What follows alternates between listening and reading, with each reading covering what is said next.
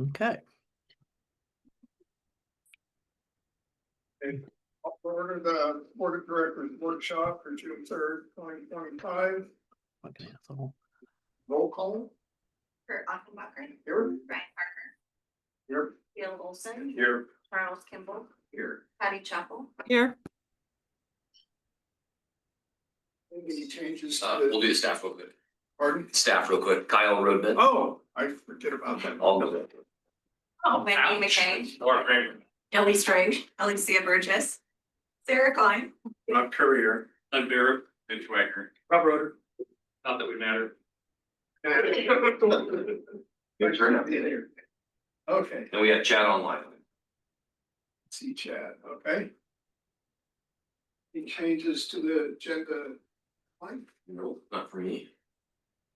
Okay. Going to, now meet an executive session. The executive session is held pursuant to ORS 192.660 to F. To allows a governing body to meet in executive session to consider information or records that are exempt by law for public inspection. Representatives of the news media and designated staff shall be allowed to attend the executive session. All other members of the audience are asked to leave the room. Representatives of the news media are specifically directed not to report on the deliberations during the executive session, except to state the general subject of the session as previously announced. No decision may be made in an executive session. At the end of the executive session, we will reconvene the board work session. Okay.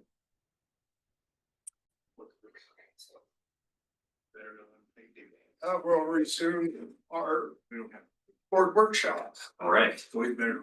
So I think we've got a couple guests we'll let you here. Want to come up, Sarah? You guys. Well, we're just about through the bond sale process. We've been communicating a lot on that, but we thought it'd be good just to have a final formal communication from our advisors on how things went and then what we learned through the whole process. So we have, let's see, Sean and Scott. So Sean, of course, is from Barclays, and Scott is our financial advisor. Did a great job for us throughout this whole process. So I can control if you want. Scott, are you going to take the lead, or is it Sean? Yeah, I'll start off, but I think the first couple of slides will have Sean take us through. So yeah, as Kyle mentioned, we've gone through the sale, and we're actually closing the bonds tomorrow. So proceeds will be coming to the district very early tomorrow morning for the closing. But why don't we go to the next slide? And like I said, Sean will take us through a couple of the details on what happened on the sale day and a bit about those who were involved or the purchasers of the bonds. Sean? Yeah, absolutely. So there's a few slides here, and just actually, Scott and others, can you confirm that you can hear me? Yep. Yes, we can hear you well. Okay, great. So as you know, we had a bond sale, and some of you joined and saw the orders come in as they came in during the order period. And as expected, the bonds, there are a couple strategies that you could use when you price a bond issue. And one of them is to, in order to garner attention, and depending on market conditions, you can price them according to where you think investors are most likely to want to participate. And the goal is to hit the nail on the head, as we say, to find the exact right balance where the supply and demands intersect. And so one strategy is to go out with very low yields and see if there are any takers. And the idea is that, okay, well, if we can get these low yields, then that's great. The others, but we might not have any takers. The other one is to go out with relatively higher yields and then get a lot of people interested. And then once people are interested, we can see who's played their hands, who's very interested, and then based on that demand, we can lower yields. We actually chose the middle approach, which was to just try to hit the nail on the head and get the bonds sold at the exact right levels. And that's where we hit. So some maturities of bonds were oversubscribed and some were undersubscribed. And the day that we were in the market, was the Wednesday before Memorial Day, and we actually accelerated the pricing by 1 day because we were getting feedback from investors that pricing a little too close to Memorial Day would might cause us to lose some investors. So we priced on the Wednesday, and we did hit it almost perfectly where we wanted it to be. So some of the maturities, as you'll see from this chart at the bottom that Scott prepared, some maturities were oversubscribed, and for certain of those, we were able to lower the yields. Some were undersubscribed. In fact, 2 maturities, 37, 38, were actually had no orders at all, which is fine. Barclays wound up, we bought those, we removed that risk from you. And what was particularly noteworthy was that all of this was going on a day when interest rates were up. As you know, the market has moved quite a bit recently due to just the situation in DC, where we've got interest tariffs and the bill moving through Congress that may affect tax exemption, and there are other factors that are just generally influencing rates. So the day that we moved, that we priced, interest rates were up anywhere between 0 and 5 basis points, but nonetheless we were able to tighten yields in some maturities, and we did have to raise certain maturities yields, but all told, we wound up almost exactly where we thought we would be when we first, before we even went into the market. So I've said quite a bit. Let me pause there. Field any questions? Any explanation on why those 2 years didn't get any takers? Someone knows something. Yeah. Go ahead. I was just saying, someone knows something we don't know. Yeah. Well, if you look at No, so there is, yeah, and just so we're all on the same page, for example, when you go out and you get a mortgage, there's just one series of one bond issue that you sell to a bank or another investor, and that they buy the whole thing. In our case, we parse each maturity up and sell it to a different investor, and that particular part of the curve is just a tough part, where sometimes there are buyers and sometimes there aren't. And that's no reflection on you. That's just a condition of the market and the supply and demand in that sector. And we could have raised yields a little bit more in order to get them sold, but we didn't want to do that. Number one, that's bad for you because the rate is higher. But number two, that would create pressure on maturities around it, that investors would say, hey, you raised these yields and these particular maturities, we expect more yield for us. Meanwhile, we had already had those bonds sold. So we chose just to keep the rates the same, and Barclays bought them. Thank you. Yeah. And I have to you say, know if- Sean, you looked like you had something bad in your mouth when you were describing the Washington situation. I was choosing my words very carefully. Well, I think, I just remember we interviewed 6 different underwriters for this, and one of the main features that we went with Barclays for was their ability to actually get the sale done. And on the day of the sale, I gotta say, they really did come through. And Absolutely. we had the big call at 6:30 a.m. that morning, and I could kind of read between the lines. Rates are up. Don't know if we'll be able to get what we had asked for, but they stuck to it, and we ended up very close. So big credit to them. Appreciate all their work. Thank you. Got smudged too for 300 million. I saw Mhm. Yes. All right. So Scott, next page. Just quickly, here is a list of people, investors who bought your bonds. As you can see, it's quite a potpourri, quite a few different investors. This is good. This is about the mix we would have expected, and we don't like to sell them all to one. We like to get a wide distribution, and there were a total of 13 investors who stepped up, State Farm being the largest of them. Goldman Sachs Asset Management was another, PIMCO, but you see these are a lot of blue chip names in our market. So your bonds wound up all in a lot of different hands, and that's good. This is the kind of distribution that we like to see. So next page, and then Scott, maybe you handle this one. Yes, this is I guess kind of the final all-in interest costs. So like an APR on your home, it's the blended rate, single rate. So as Sean mentioned, the bonds are sold in pieces to investors, but when we blend the rate, it's the 4.56, which is inclusive of all the issuance costs. So you see the sources and uses down below. You get the $40 million deposit to your project fund, and then issuance costs, which include us, bond counsel, the rating agencies.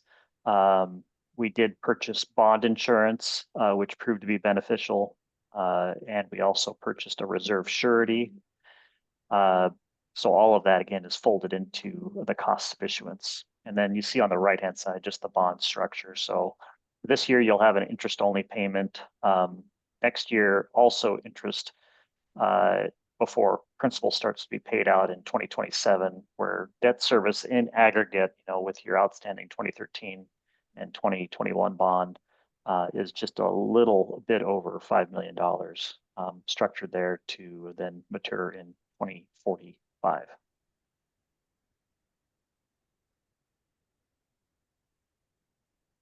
Right.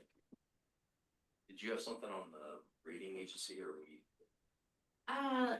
It's in the write-up. It's in the right. I don't know if we want to talk about it or not. The cover memo includes some additional information beyond what we've discussed here. I don't know if we want to go over any of it. I was gonna just show the debt to assets real quick, because I think that's. Kind of wanted to Yeah, that, yeah. memorialize everything in one spot. for No, one us. thing I'd like to point out, I think we were servicing about $4 million in debt when I first came on the board in 16. Probably. It's not a lot. This there. isn't a whole lot more debt service. I'm not concerned. No, Well, yeah, I'm not concerned. In the meantime, our asset base has really grown. So, Yeah, I think we're doing a really good job. I know. yeah, I got it here. Okay. Let's put it up on the screen. So. Sure. According to this will be 30% next, at the end of this year, Yeah. That's my forecast. Yep. 27, 25. See how I 23. do. No pressure.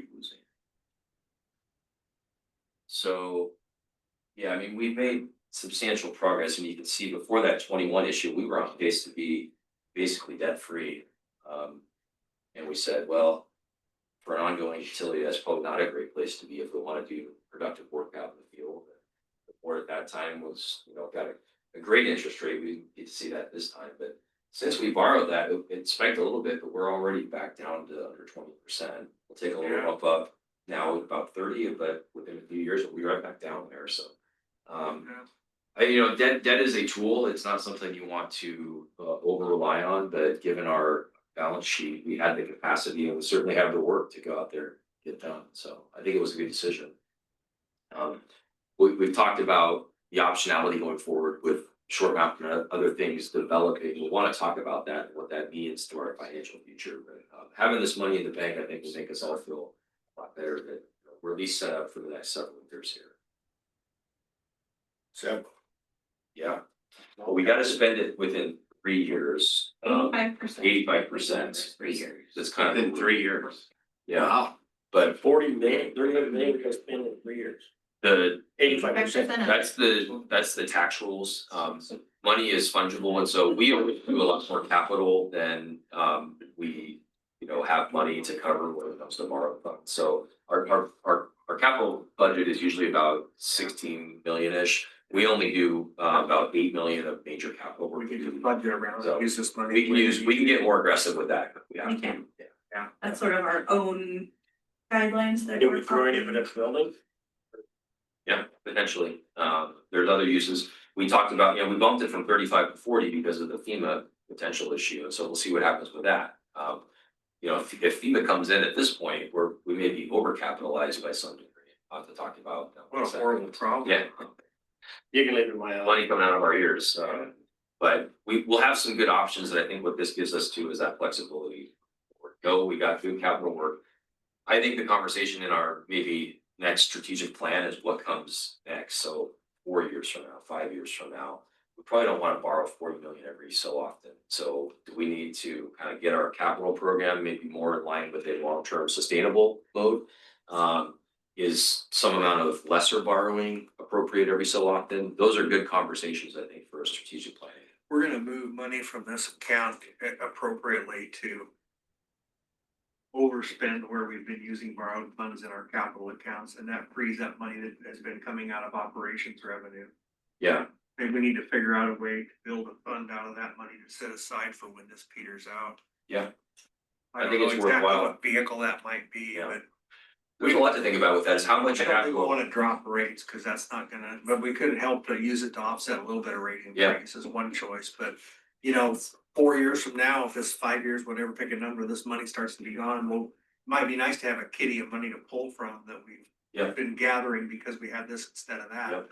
No, and when you factor in the fact that sooner or later we're gonna return to facilities discussion, that has a dramatic Yeah, impact. you're right. There's a lot of different needs, you know, the comments when I went back to DC was basically, if you have another storm event, you're on your own. So do we wanna have a fund for major events? There's plenty of things out there. You know, we may wanna put a reserve fund in that's even bigger than what we have. Yeah. We would too. They're starting to do that too. I mean, the idea that FEMA's gonna bail us out every time going forward, I think is not something we can count on. They just bail us out this time. We get to worry about the rest of That'd be, it. yeah, One that'd be Just great. one more time. One And I problem, don't- with- one problem with FEMA nationwide is that effectively we are sharing the risk, all of us Americans are sharing the risk of our locality with the rest of American taxpayers. Yeah. And the danger of that is that we don't properly vet the risks ourselves that we should be vetting, like building where we shouldn't build or having, you know, Rebuilding. all where- kinds, I don't mean just the utility industry, but I mean where people build houses and everything else is somewhat subsidized by federal money and Mhm. we need to get past that. We need to be Yeah. responsible for our own climate, our own area and our own decisions to make our own Yeah. things. And I think we can get there too. We just need, you know, a little bit of heads up to be able to start preparing. Cause that was my message to them. Was like, if you're gonna stop providing this kind of backstop, we just need some time to adjust so that we can build our own reserves up and not have to rely on. No, and what I'm seeing politically with FEMA right now is that they're not talking about stopping it right this moment. They're talking about in the next cycle, pushing more of that responsibility to the states, which would lead you to believe that they're probably gonna fund stuff that's in the FEMA pipeline Yeah. now. Well, I hope so. Hopefully. That would be nice. We got a lot of needs out there. Pretty old before I even heard the word FEMA and you hear it all the time. you know. Yeah. That tells you a little bit about what it's grown Well, into. the Northwest burden on what you were discussing is pretty light compared to hurricane country and tornado. Until the big valley. earthquake happens off the Oregon coast. Yeah, Right. it's true. That's worth them all, huh? Make up for it plus interest.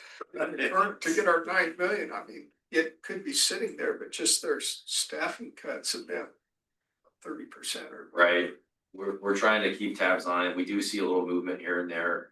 Yeah, I don't know if you saw this sorry, I Not haven't recently. updated you, but we did get yet another new program delivery manager through FEMA. So not really sure what to make of that, but this person is hoping to see it through to the end, Okay. according to their email, so. We'll see. We The new- will, that's exactly what I Yeah. was. The new FEMA director wasn't even sure we had a hurricane season, so God help us all. I heard that too. Yeah. Yep. Yeah. But All that- right, well, thank you all. I mean, again, this was a lot of work, especially for Sarah and her group. And I'm just really glad we're on the other side of it. I think we're expecting a wire tomorrow. Okay. Yeah. So, Yeah, so like I said, kudos, I have a new goal in life. I'm Okay. 77 years old oh, yeah. and I'm gonna be here when we pay that sucker off. So no refinancing is what I'm hearing. What do you think your nurse's name will be? Just somebody who puts. Vince. Sorry, guys. Well, thank you, Scott and Sean, again. I think we did some really good work and appreciate all your support throughout it. Absolutely. Right. Thank you you. all. Thanks. Thanks all. I think we need to really think seriously about a kitty for storm funds. Yeah. I think that's a very good Yeah. strategic plan. Yeah. It's not a bad idea. I mean, it's nice to be in this position, we can start thinking about that ahead of time. We had a fund, as we spend it down under certain parameters, we could rebuild it in the next budget year and, just kind of use it as a slush fund as we need it for the. Yeah, that way we're not just, in a cash crisis when As one long of as these we're things hits. grown up enough to keep our fat hands off of it just for fun, you know? Yeah, That we could be could, No ice cream parties or anything like that. yeah, we could treat it just like one of our, or all of our board financial parameters. Yeah. Um, Right, we have the rate stabilization fund today, something similar. the idea of coming back into compliance within 5 budget cycles or Or whatever maybe, it's determined. maybe when we could need it. convert that rate stabilization Yeah. fund Into a new to tool. a more broad category. I think that's probably a good idea. That makes sense. So since we have 4.5 million in saving money. Or right now. Four. Yeah. So basically, go ahead. Well, I guess if I understand the math correctly, we're required to basically take better than, well, let's see, I guess it's not quite 15 million a year, about $12 million a year worth of that money within 3 years. So if we're spending Yeah. 15 or 16 on capital, then that frees up some of the out-of-pocket money we're spending on capital that we could use to Yeah. start to build this fund with the 26 budget, it looks to me like. Frees up Yeah. our net income. Yeah, to so there's, allocate to other purposes. Yeah, so stated another way, we rate finance a lot of capital, so we pay for things not using borrowing funds. So Right. we could start to get more broad in our interpretation of what, we should be borrowing for. It's always been, major capital projects that we would Right. use, but there's a lot of capital we just pay for straight out of rates still. Vehicles would be a good Yeah. example. Yeah. and to reiterate, that's a limitation we put on ourselves. Yeah. That's not part of the covenants or the resolution or the agreements. Yep. So like Kyle said, we can be strict about it. I don't know And yeah, vehicles that, I don't know if we want to put a 7-year vehicle. No, I get that. No, I don't disagree. we may have to do some things like that to meet the tax rules, and that's really, we just have to show that we're spending this. I do Yeah. think we need to, I do think we need to plan for a period of time, at least a few year break where we don't have to borrow $40 million. I agree. For 4 or 5 years. I don't think that's the plan at all. If we use the money to kind of offset a little bit to where, and then we can always look at rates or whatever, I 5 think or there's 6 a years. middle from now. ground between borrowing 40 Yeah. million every so often and kind of stopping our capital work. I think there's some amount in there that we can come up with on maybe reserve or something that allows us. And our to- total debt to asset ratio is a, kind of a guide, if we see a thing dropping into the Oh, yeah. teens, hey, we're good, we can Yep. go ahead. Debt service is another thing to look at. We've got, strong coverage. We're up in the 250% range, it looks like in most years. Yeah.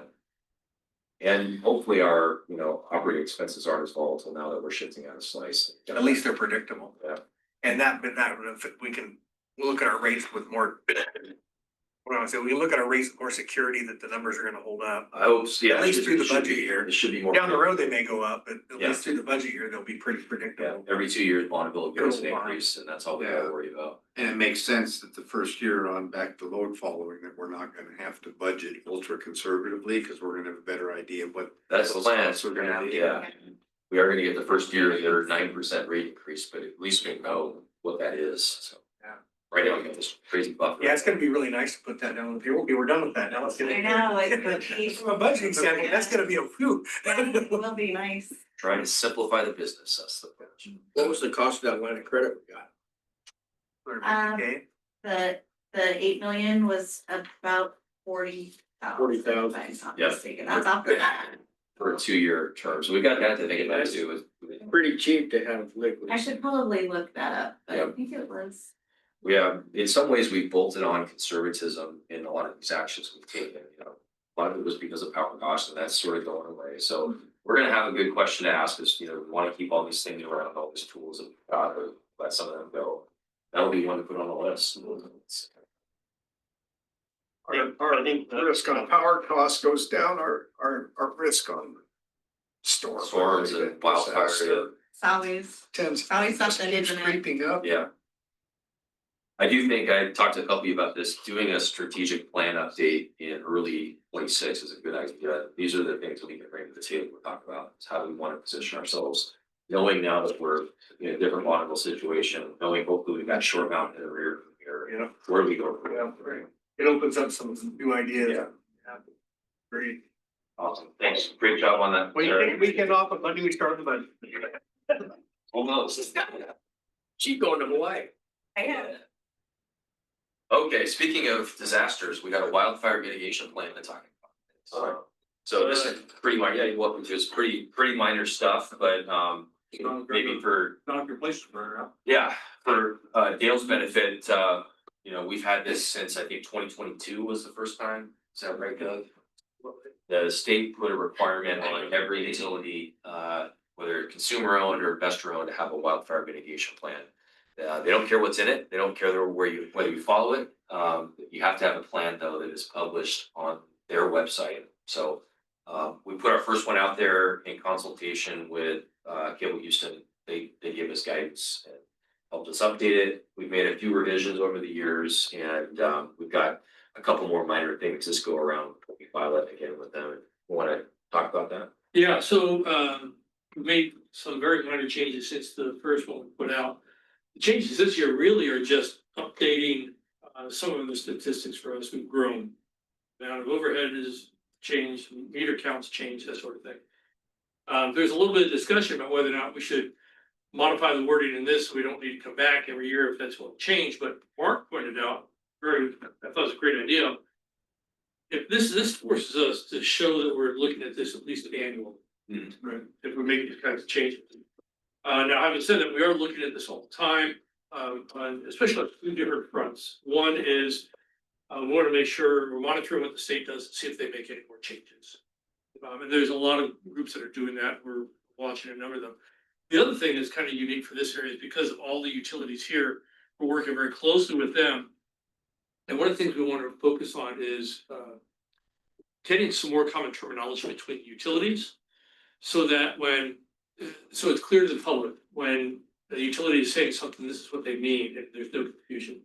And the utility doesn't have to think about, the public doesn't have to think about whether it's this utility or that utility. So hopefully we'll have some of those changes next year, but that'll be mostly a change in terminology, not in how we actually operate the system. So again, change this year is really just some numbers. If You you are reclosers. We call them reclosers. Flash calls them a guy with a truck.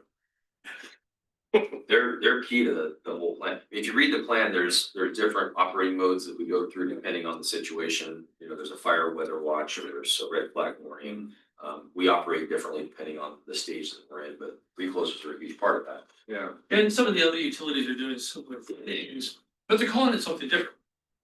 So the idea is we want to come up with some common terminology that's not too industry specific, that the public can understand. And I personally, I think we've got some really good descriptions about even when it's something like non-reclose is versus a hotline tag, or whether or not there's coordination. I think we do a great job describing that.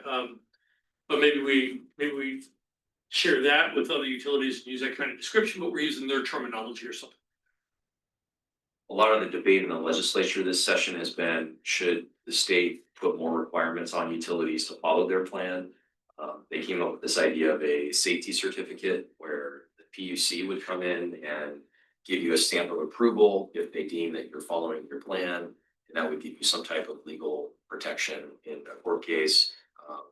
That kind of hit like a lead balloon, and I think the co-ops were behind it and the IOUs, and then it quickly became apparent there was nothing in it for COUs, so we couldn't support it. And then even the IOUs started to get cold feet when the trial lawyers said, well, yeah, you can pass that all you want, but it's not going to have any standing to sue you in court. So right now it's still very voluntary. We have to publish the plan, but it's up to us to follow it. We take it extremely seriously, and every time there's an event, we march right through the plan and say, what should we be doing to make sure that we're following each step? And I think the state is also getting a little bit gun shy. So, case in point, they thought they were doing the right thing. They published they worked with Oregon State University and published essentially a map of the entire state showing where all the high fire risk zones are. And advice is, well, if you're in this area, this is a center for you to, let you know you're in this kind of area, so you complete brush and that sort of thing. Well, what happened was the insurance companies got a hold of it. And so now, there's a public outcry saying, take that map down because my insurance rates are going to go up because of you knuckleheads. Yeah. So the state's getting some flack for that, so they're being a little bit more. I thought there was a change that. They've already There's a changed bill it. that is Yeah. waiting to pass, but they're holding it up. The map is still on the website. Yeah, They're holding you up. because Yeah, they're but they trying to- did something on a bill for insurance. There's something that's. Oh, yeah, the wording is there, this may not be used by insurance I think it- companies, but setting your rates. Go. Yeah, I'm Yeah, sure that right. may gonna help. They're trying to. Well, no, they're, That's all I'm right. saying they're working on Yeah, They just won't write policies there, fine. Yeah, they can write those policies all they want. It's, yeah. the insurance companies are gonna do what they're gonna do. So, Yeah, and the map's already out there. California knows how good down. limiting Move into utilities town. work. So we'll bring this back with the markups, the small changes for the meeting on the 17th. Ask for approval. All right, I think you've got the next two also. So, you okay moving forward? Yeah. All right. ICS. ICS, so I'll let Doug talk to this. If you want to just maybe give a real quick overview of what ICS is and what we're doing and then how NIMS fits into the equation, because that's a new term for everybody. right, yeah, we heard us talk about ICS in the past, Incident Command System. It turns out ICS is actually part of something called NIMS, which is National Incident Management System. And so, and this may not be as relevant as the one it was, but one of the things that FEMA requires, as an example, to get reimbursement is that you have policies that are adopting NIMS and that you have an ICS plan. We're working on developing our ICS plan. We're getting a lot of help from folks like Mitch. We have a lot of experience from other places, other utilities. And we've got some other in-house expertise we stole from UWeb. But what we need at this point is, and we'll bring this back to the next meeting, is a resolution whereby we formally adopt NIMS as part of our policy and our response. No, we'll find, or have already found that a lot of the people that we're gonna work with out there have been with the ICS. Yeah. quite a long Yep. time. So we're learning a lot of good things, really, going through the process. We're learning better things about how we operate on a day-to-day basis and trying to learn from that. We had UWeb staff here give a little overview of how they operate over there. They actually have a whole department, like 3 people that are just dedicated to emergency response. We're gonna take what we think is working here and merge a little bit of some of this. And the stuff we did during the storm, I think, really reinforced how important it is to have this. It's essentially a command structure. So you've got, certain positions that have to be filled at all times. There's a commander, then there's a public relations person, all those different roles. Just kind of formalizes all that we did. We sort of backed into it during the storm. This gives us a way to kind of take it off the shelf and use it. Yeah, actually, you can look at what we did during the storm, and you look at ICS and go, okay, we got really close doing this, this, and this. Next time we can make these changes and we'll be a lot closer and we understand why things will be better. Yeah, and again, one of the big attractions is how other people are. Exactly. And the common terminology. Right. Yep, absolutely. Yeah, you walk into an event, you know exactly who to ask for and what the terminology looks like. And you avoid getting your people, certain people burned out, because that does you no good.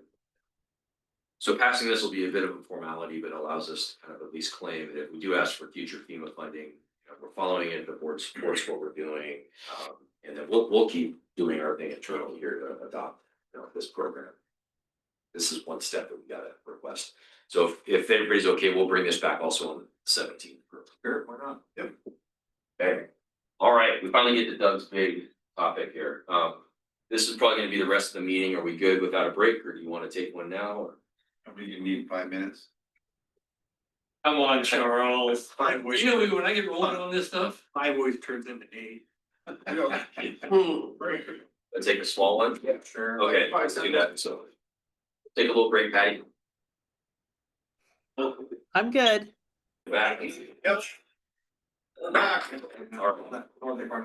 Doug's gonna talk about our big transmission project that we had ongoing.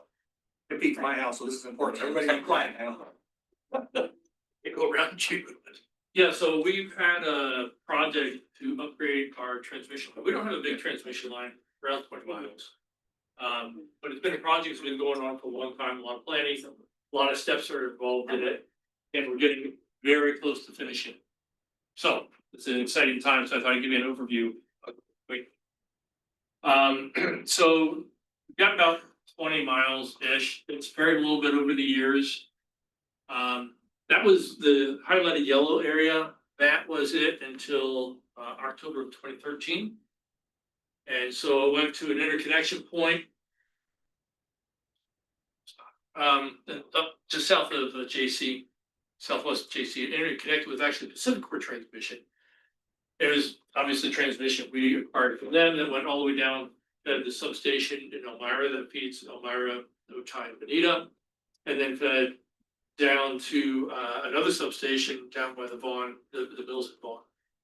This was the only transmission that we took over for our. Yeah, technically we have like at Pleasant Hill, we have 6 spans of transmission, and some of them we have like 1 span of transmission, so it's, I don't really count that though. This is the only real transmission. Yep. So in October 2013, what changed is that little section right at the bottom that fed the Vaughn sub, that was taken out of service when the Vaughn sub took itself out of service. In 2016, a new section was added along the Boat Road. And then this year, essentially, we're completing the physical work on the transmission line by making some interconnection points at our substation southwest of Junction City, severing our connection to the Pacific Core line, and then actually adding an interconnection with Blatchley. That's right at the intersection of Territorial and Clear Lake and Lawrence Road. We'll get into Is that the blue, Doug? Pardon me? Is that the blue lines? No, it's actually not shown here, so it'd be taken off going up this way. Okay. And we toured that a couple of years ago. Yeah, I That- remember, that yeah. stadium. Yeah, and I'll go for that in more detail. We're hoping to go back and take a look at this in September when we do our next tour too. Took a lot of work over a number of years, so I thought I'd go fairly quickly go through the history of it. I don't want to take a whole lot of time, but it started in 2001 when a line was re-insulated to 115 kV from 69 kV. So the whole idea here is we're upgrading the voltage of the transmission line from 69 kV to 115 kV. More voltage means we can transmit more power with the same amount of current, or we can transmit the same amount of power with less current, which also lowers the losses. 2006, we bought a transformer that we installed in Elmira, and that was dual rated on the high side. Now, we had a perfectly good transformer there, a really old one, but it had a perfectly good one, but we needed to replace a transformer at our substation in Coburg, which is fed by Pacific Core at 69 kV. So what we did is we relocated that one over there, and then because of this project that we're culminating this summer, we bought a new one for the Elmira sub. So originally it was connected to 69, now we're operating at 115. Doug, if I could interrupt, is that when we also had to do the upgrade out to the mills there in Otay from there? No, so you mean, Okay. in Otay, no, that was a separate project on the distribution. Okay, That was driven by the growth of what was then Swanson Superior, then Seneca. right, okay. Sierra Pacific. Yeah. In 2011, the line that was between the Elmira substation and our Otay Creek substation, that was rebuilt. Is 2 key things: is rebuilt to 115, and we added distribution, which had not been there before. And in 2013, we then added some distribution from the Otay Creek area, Otay Creek sub area, to the Vaughn Mill. This allowed us to decommission the Vaughn sub. The reality is we had planned on a specific day to shut off the Vaughn sub and energize everything from this new distribution line. The day before that happened, the Vaughn sub pretty much took itself out of service. Stuff just started blowing up. So we got very lucky. I'd like to say it was great planning, but it's just luck. That out of service now? Vaughn sub, Yeah, big time. There's nothing left up there. when we were down there looking at it, was it out of service? No, that's Otay Creek. Vaughn is this horrendous substation that was up on a hill. It was up on the hillside. Where the mill used to. Yeah. Across the lake. Across the mill pond, uphill of the mill pond, it's gone. Is that when we were opening the fuses? Hmm? Wasn't there fuses being operated then? When that caught? No, well, one of the fuses blew. And we actually got called by the mill itself because they saw the fire and, 2016, we added transmission along Hope Road. 2019, we replaced transformer number 2 at the Elmira sub. Again, we've got 7 main distribution substations, each of them have 2 transformers. And this was also rated for either 69 or 115. Initially connected at 69. 2020, we replaced the old 69 kV transmission switches with 115. This is what those switches look like in the yard. You can see compared to the size of the trucks, just how big they are. And that's what they look like on the poles out there.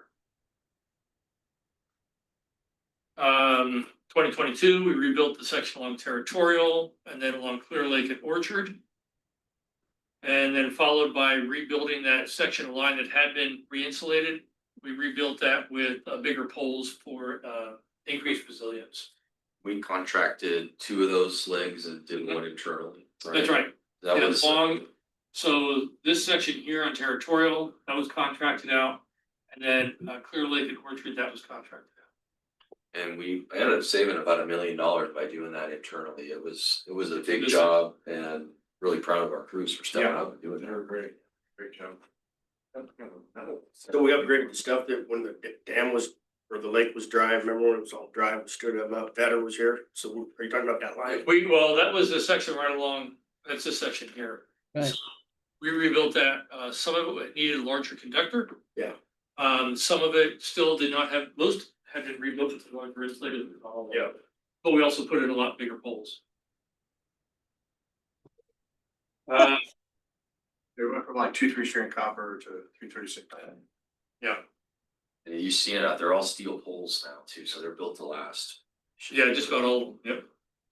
We put a new switch at the Cheshire substation. This is key because this allowed us to interconnect with the Bonneville system that we were not able to do before. So that's the actual switch on the pole there. The same as the ones that were at the other substation site. So you see it, it's actually right outside the substation. Those things are remotely operated or are they? They can be retrofitted with motor operators, but they're just manual. I see.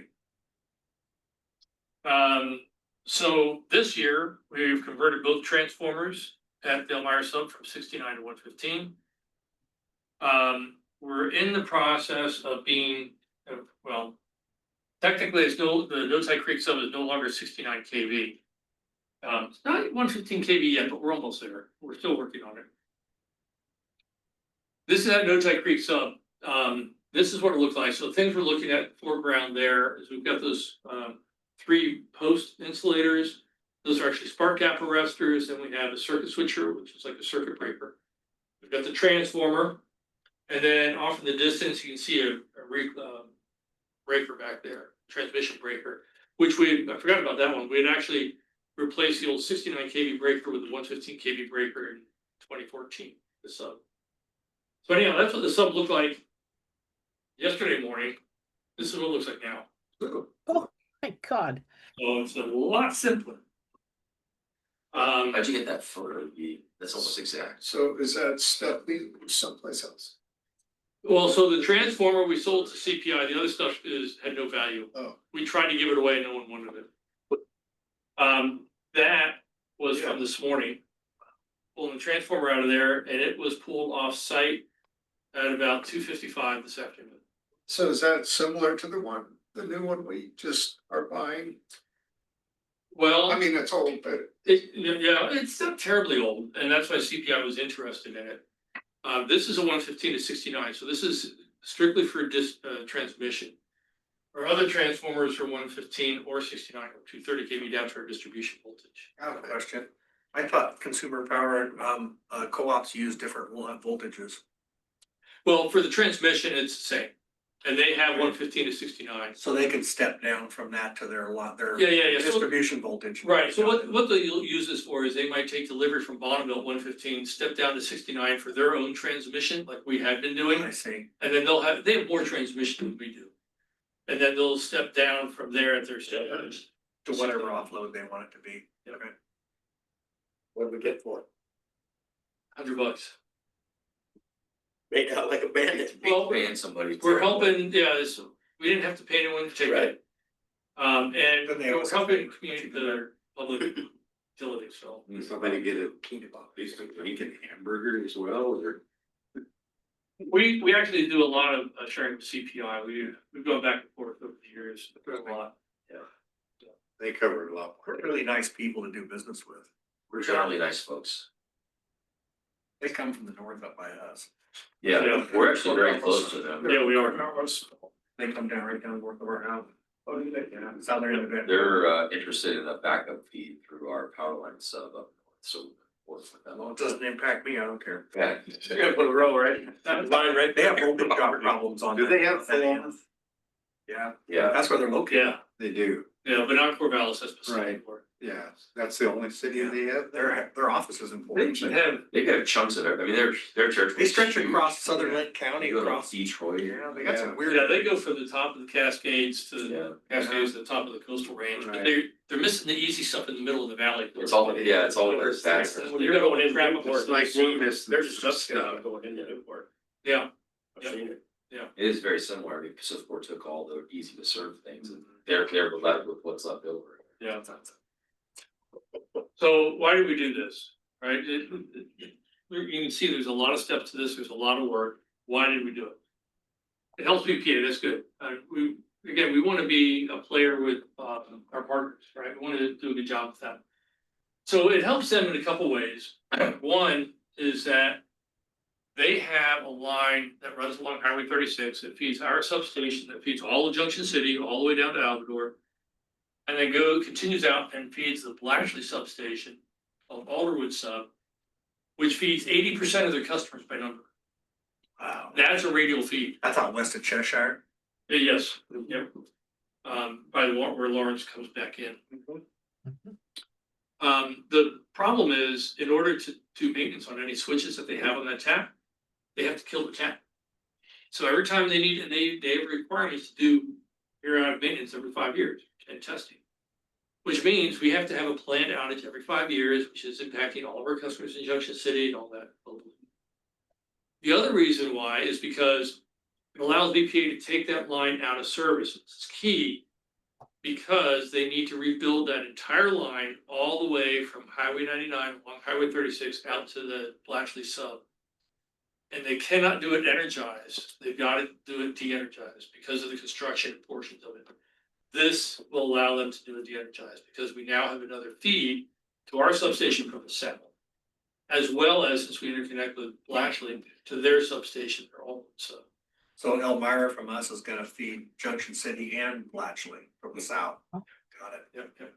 In Bonneville, I think, correct me if I'm wrong, they're gonna bring in a mobile sub and it was gonna cost them around between $3 and $4 million. No, they're gonna bring in two different mobile subs. At first, they're gonna bring in diesel generators.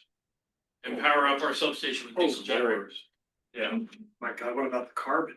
Yeah, well, and then they were gonna bring in a couple of different step-up transformers. They're gonna have to use two different ones, depending on the section line they're working on. It was crazy. So by doing this, it avoids all that. And, okay, so it's giving a loop to the substation, as I mentioned with Blatchland.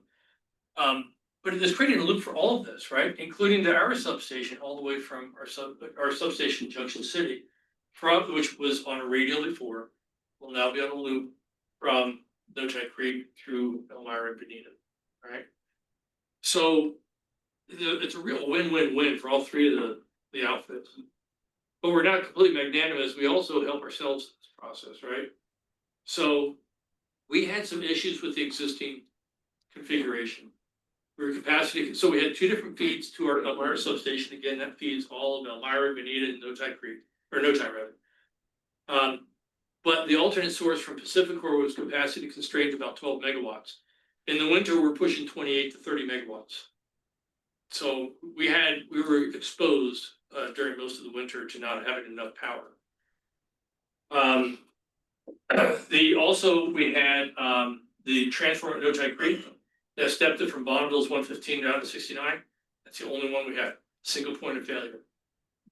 That was one of the things that kept me awake at night.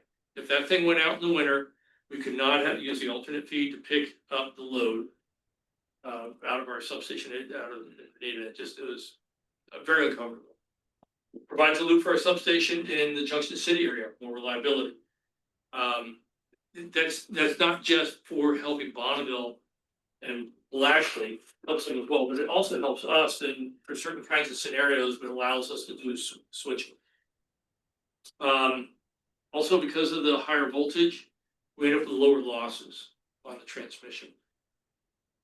And the big one is BPA provided contribution, is it 900,000? Yeah, right at 900,000. Yeah, Big number. so it is, I mean, it certainly doesn't cover all the costs, but we're not gonna. Yeah. So are they gonna start rebuilding their line right away? So their What's plan, going up? they're gonna be starting in 2026. And not only that, but we're, as an aside, our substation that's at the corner of 36 and Boat Road, we actually own 5 acres there. And the substation's sitting in the middle of it.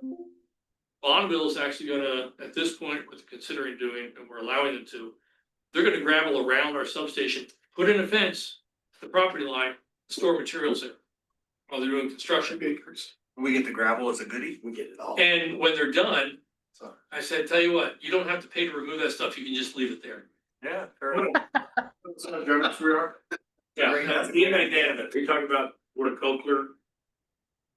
yeah, I've been talking to Lou about it, he knows. I remember talking about that. Cochler. Yeah, You sound like you're from out of town. so really, there were no good alternatives, to reach all these goals, there was no good alternative. Yeah, I remember working on that boat road and all that quite a few years ago. You know, it's a long project. Oh, yeah. You guys have been building that for Yeah. a while. yeah, well, I've been working on this for 25 years so far. Yeah. Oh, it's nice to have this wrapped It's like up. a masterpiece plan, huh? It's like the federal government. No, they wouldn't have built, they wouldn't have put the post in yet. Well, once we got this in place, I mean, the work went pretty well, actually. It's been the last couple of years, big construction, but we're here. Yeah. And go live on 1st of July. Yeah, it'll be up in, we're actually ahead of schedule as of today, so it might be done before that. What's going on right now then? At the Gunshot Creek sub, Finish. so we finished all the Finish work up, I mean. on all the transmission lines, we finished all the work at the Elmira substation, we're now working, and all the work at the Cheshire substation, we're now working at the Gunshot Creek sub. We have one more piece of a steel structure to pull out, put a new one in, add a switch, put up jumpers, and away we go. I see. So the Otay Creek sub no longer needed a substation there, in other words. You're It'll just be a gonna breaker, have switches all it's gonna have there is a breaker and a few because switches. the one upstream has more voltage, so it has more capacity to carry the whole thing. Well, because we cut it over to 115, you don't need that step down transformer anymore. Oh, got it. Right? Got So what it will also set us up for is when we're ready to expand there, it'll make it really easy to expand the yard over to the east and add in another bay with the distribution. I see. transformer in it. Cool. So. Any other questions? Looking forward to showing it to you. Yeah. Yeah, that does sound cool.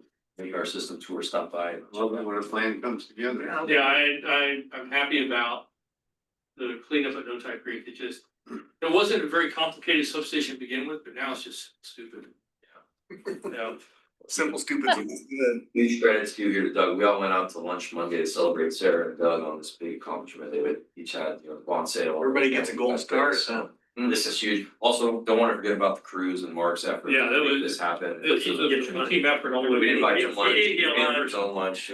That's okay. No. we- Doesn't look like he really needs one. All right. It's like the office work is growing on him. Thank you, guys. Thank you. Thank you, Doug. I'm gonna go. Everybody. So that. We're. No public. I might have one more question before we're done. Brian asked me about the communities. Oh, I was gonna do this while Tyler was here. But I sent out a letter to the Department of Energy about the community solar project, so maybe just a reminder, we want to get back to them to let them know, that, thanks, but we're not able to make this happen at this point. So if you have any feedback for me, let me know. You mean to tell them? We need to let them know, yeah. So, I mean, you want to take a formal vote on it, or you want to just have us send it off? I guess. Do we wanna tell them why? That's what I do.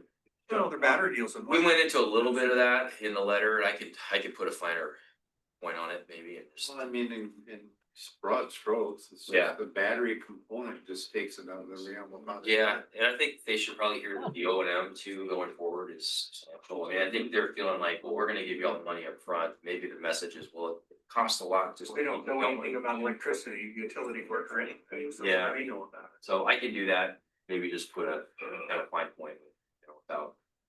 Replacement cost or operations and maintenance. Flawed. If you're all right with that, if you don't wanna, if you wanna vote on it too, you're welcome to get on By record. my calculations, it doesn't even pay for itself, let alone O and M. Yeah, yeah, I understand. At 9 cents or 9.5 cents a kilowatt hour for 25 years, it doesn't even break even. Right. Particularly if you factor in any value to the money that's being wasted.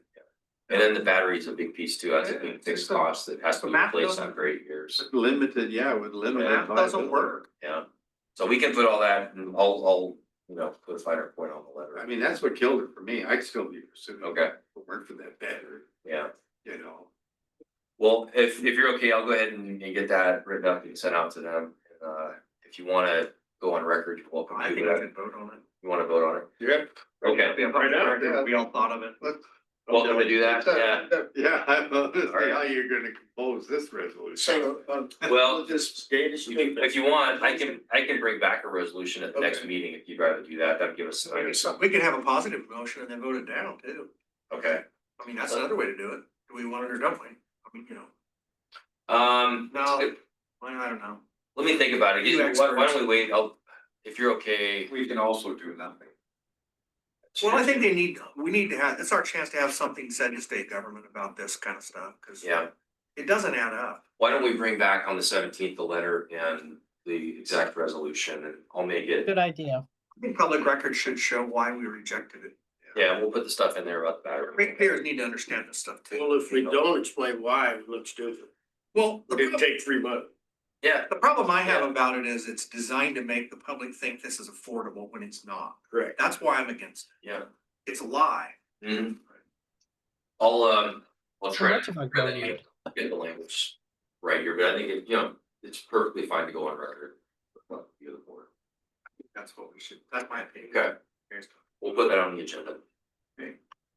only other thing, I think Charles and Patty went to, Oh, that's right.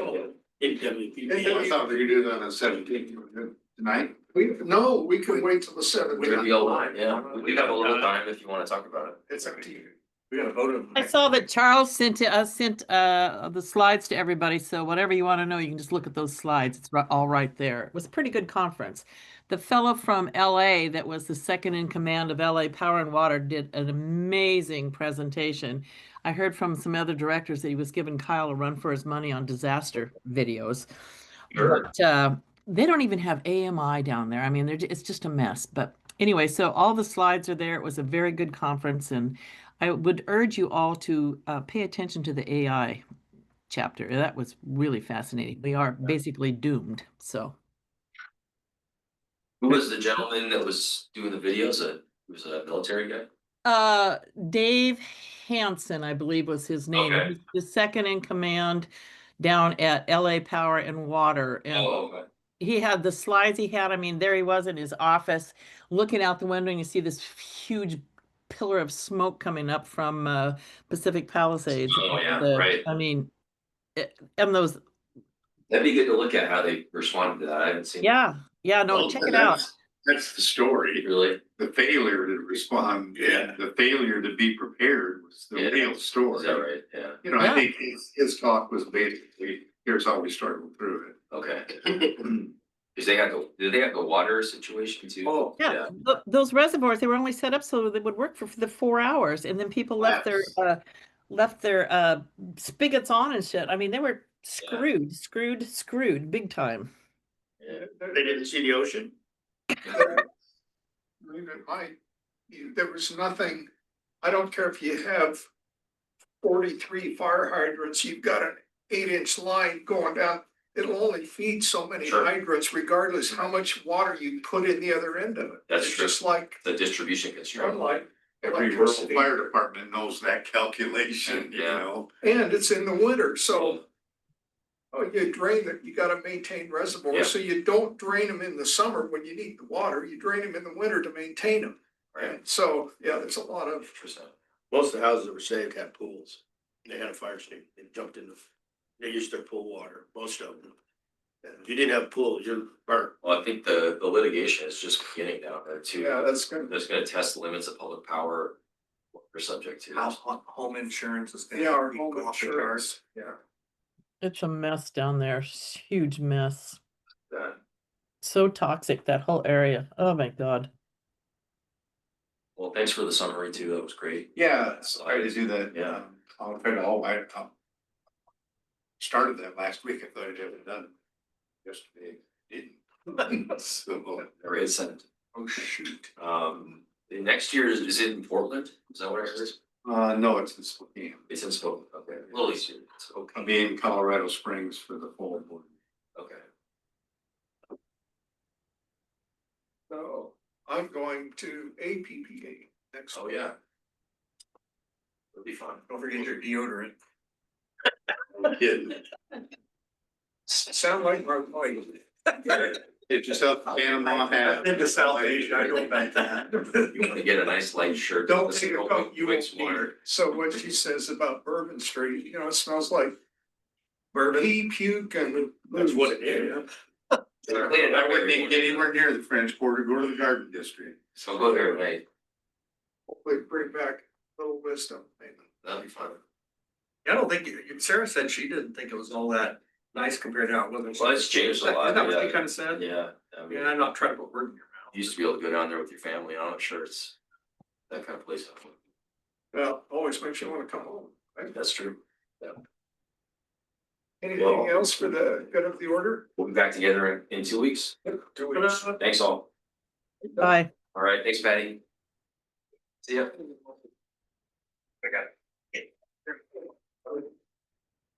Now, we're having Chris